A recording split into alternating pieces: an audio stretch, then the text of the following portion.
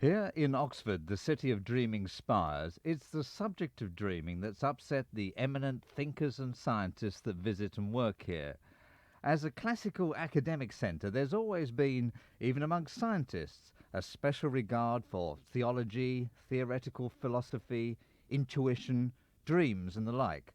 So that when a Nobel Prize winner, Professor of Biology Francis Crick, suggested that dream sleep is just the brain erasing excess information in the head, not all liked what they heard.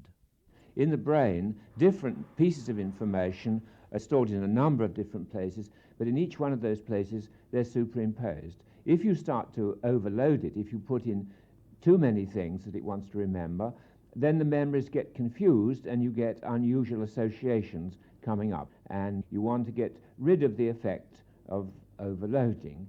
And we have suggested this happens in this special form of sleep. You have about 1.5 to 2 hours of it every night, and it's important to emphasize that the dreams you have in that sleep, most of them you don't remember.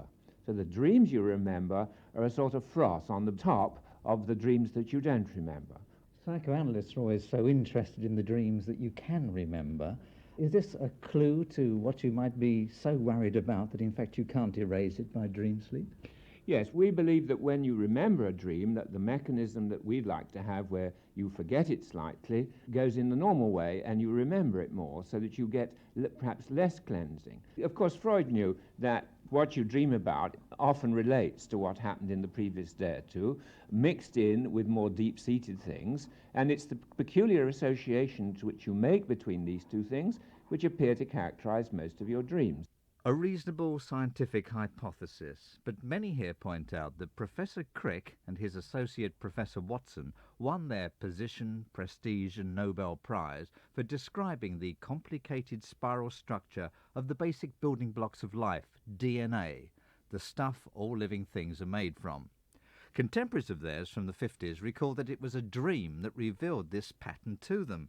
One of those that remembers the dream being discussed and the subsequent explanation of DNA is John Stein, a physiologist at Magdalen College. One of them, either Crick or Watson, saw the analogy to the traditional sign for medicine, Asclepius' sign, the twin snakes climbing up a post. And they thought to themselves, well, perhaps DNA is organized like that, as a double helix. And that may have given them the idea of what was going on. But of course, they then went on to find much more scientific evidence, which of course we all accept now. There is another theory of dreams which suggests that far from acting as a way of clearing the memory banks, dreams offer a means of going through experiences to see whether they would work. This is the sort of thing that one might expect to lead to some novel advances, such as the idea of the double helix. This, then, is the essence of the controversy, whether dreams are fleeting byproducts of the brain, erasing useless information, or a systematic process to solve problems and provide the solution in the dream sleep. In the British press, others have joined the debate.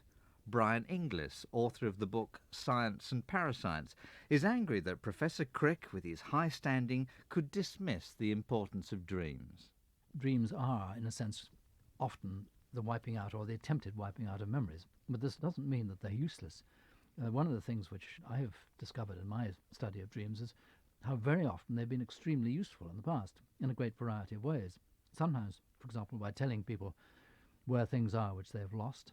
One classic case, a man discovered from a dream where a will was hidden so that he was able to get the money which was rightfully his, which he wouldn't have got otherwise. I think there's quite a lot of evidence that some dreams have given people clues, sorted things out in their mind in a dream. There are a couple of extraordinary examples of this. One is Kekulé, who saw some formula in a dream on which, I'm told, organic chemistry is now based. There was also Niels Bohr, the physicist, who saw the atomic structure in a dream on which quantum physics is now largely based. This kind of thing. Here you feel that the material, so to speak, was there in their minds, but it didn't come together in their minds until a dream pushed it at them. Brian Inglis. So, we have a debate. full of the stuff that controversy and dreams are made from.